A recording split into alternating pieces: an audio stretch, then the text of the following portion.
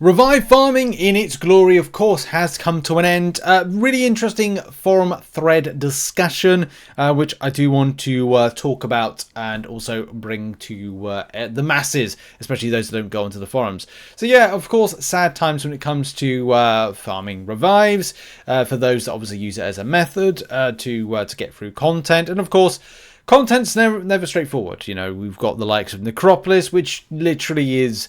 And same thing with Abyss and several other bits of content. There's content in game that's meant to be unfair. Would like it that's the case, but it isn't. It isn't fair, but obviously it's kind of unfair. And so of course we use these different methods to try and get some revives. We've got the Apothecary and we've got solo events, 22-hour solo events, which obviously seem to be the best methods to kind of grab in the most cleanest of fashions. Now, interesting thread, obviously lots of discussions on stuff as to like players' thought processes on a situation. You know, like LJF says, can you please end the revive spam prevents endgame content development? Narrative already. The actual issue is that Kabam doesn't want free revives to cut into their profit margins. If revive spamming truly were an existential threat to the game, Kabam would simply cap the number of revives on in-game quests, much like they do in AQ and AW. I'm not saying that that's something the player base wants, but its absence is proof that Kabam doesn't think spamming revives isn't a problem, so long players purchase them with units. Of course, there's going to be difference of opinions. I'm not here to kind of like get annoyed at anybody for their own kind of like opinions. You're entitled to your own opinions. People don't like my opinions. Like, I probably won't like all of your opinions. That is life. But look, when it comes to like this particular situation, between the developer trying to justify how their game is run and between a player base looking at situations and going like, look, because the AI is the state it is. I mean, look, if you watch that video that I posted yesterday on SideQuest, Namor held on to his special attacks, did not throw anything until he got an SP3, and of course, one hit and dead. So, quality of game is always very important, and we love to see that. Of course, that's not the case with MCOC over the years.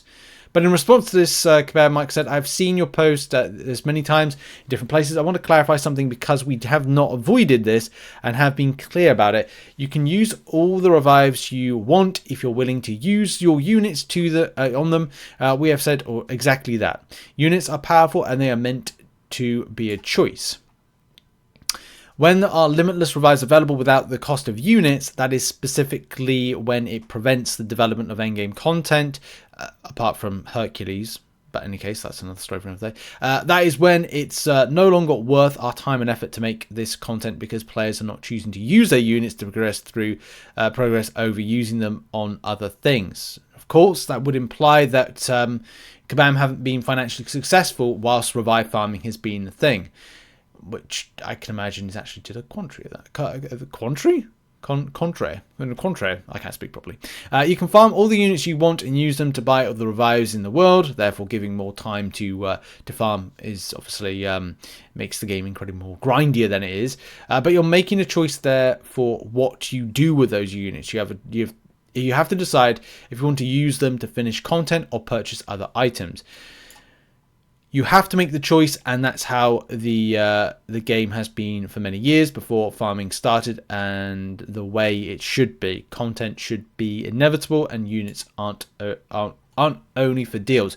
True, but then it does form a bit of a precedence of an issue when there's a very much kind of pay to win and super whale culture, and if Kabam or anyone says that's not the case, we have seen plenty of evidence.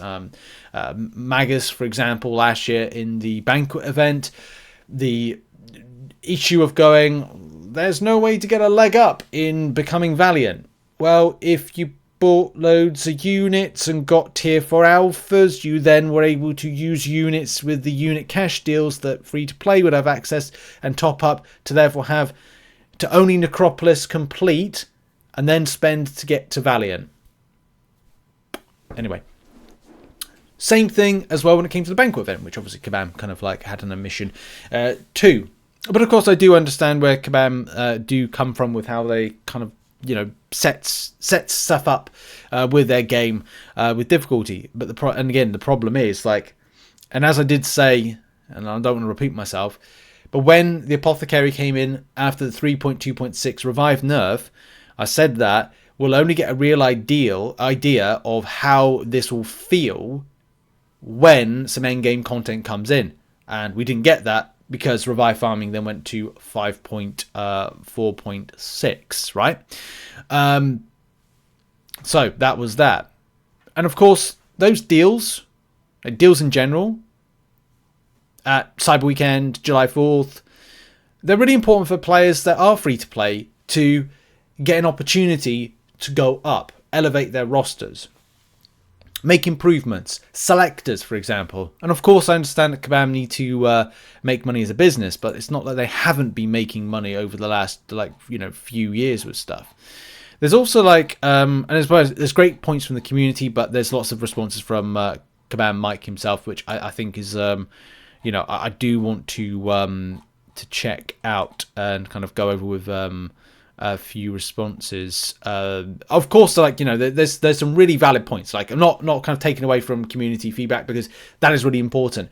I do personally feel quite passionate about the idea of improving or extending the inventory, because one of the biggest things is, like, when you're doing content, if you've worked hard in a solo event, like 22-hour solo event, and you've got yourself a revive from that, the health potion, well, look, I do also hold the 4-hour free crystal. I do recommend that, but it would be good to have at least, meet in the middle from Kabam. Could they add in, some more inventory slots, especially for those that are, free to play, to, have up to 40, for example, as a kind of inventory slot amount. But especially for long ended content, which, Necropolis, in particular, because that is kind of it's still pretty hard to kind of go through that, even though it's you might be kind of going, oh, we made a mockery because we revive farm to kind of go through. Well, I've got the issue of because I only have enough, I can do 2 runs without kind of dipping into my units, but I have to dip into my units, and that was always the plan. I would always have to dip into my units, but it's a case of just meeting the player base in the middle with some nice added extras, especially if you're and this is another thing, if you're a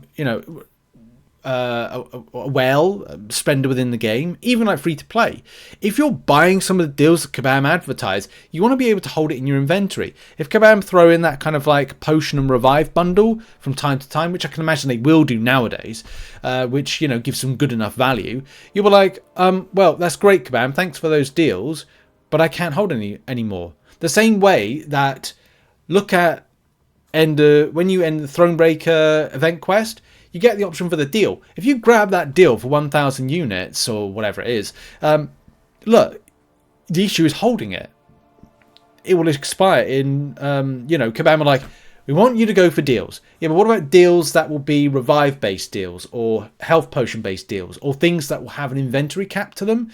So it would be nice, I think, again, to see some nice kind of meat in the middle with it, but I don't think they will.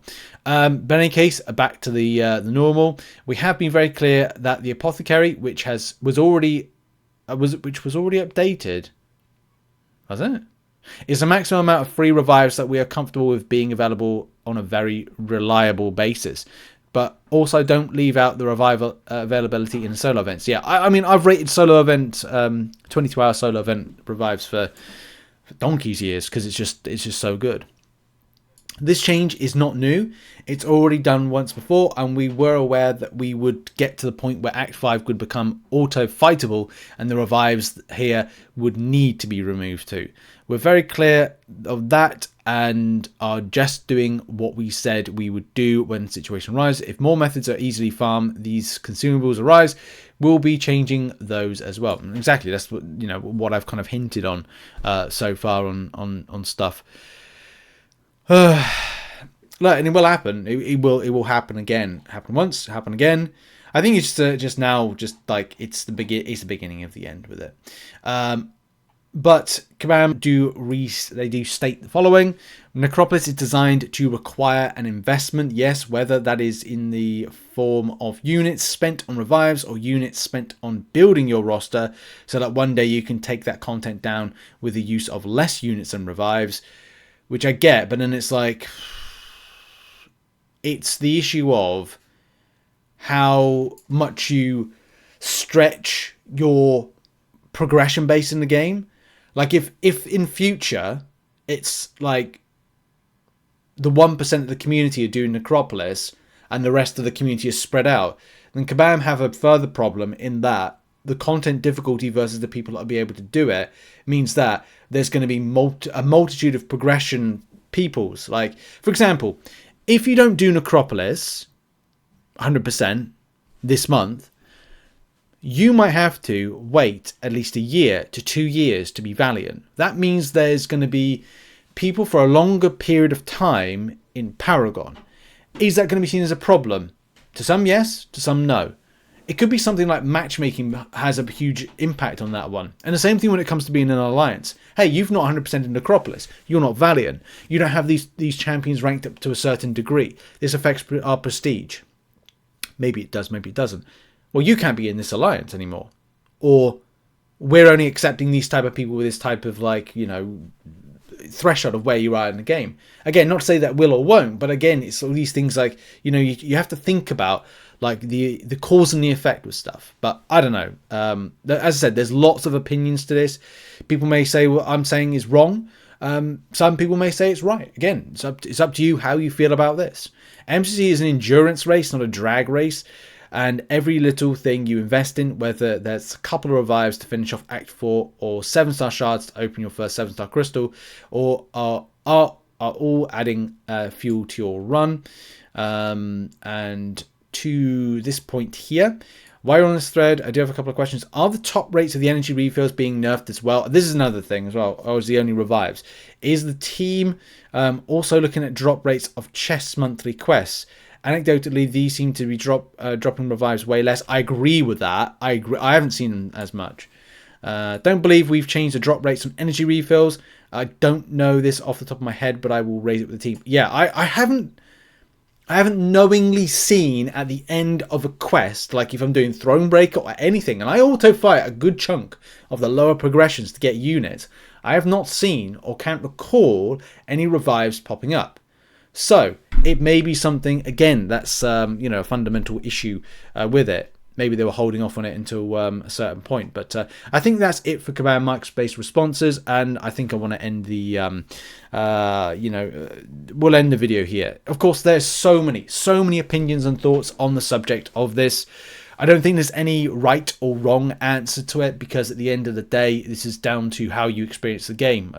You know, whether or not you're super skilled, MSD level of kind of play, where you're able to get through stuff without any revives.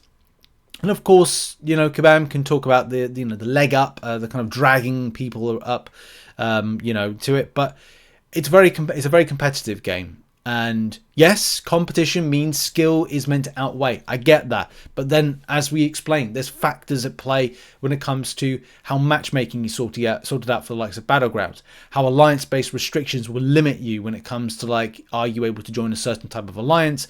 Yes, okay, skill again plays an issue into things like alliance wars, and will do for things like alliance raids. But then that takes away, again, the fun side of things of this game. So I think the answer to all of this is striking the balance, and whether or not a few extra revives will be important for the player base to have in the future, I think that is something Kabam should look into, and in particular with some of those drop rates to some of the monthlies. But in case we'll have to see how things work out. That's been a video. Thank you very much for watching. What are your thoughts on this really kind of like interesting situation? Go and check out some other content located on screen. Have a lovely day. Much love and goodbye for now.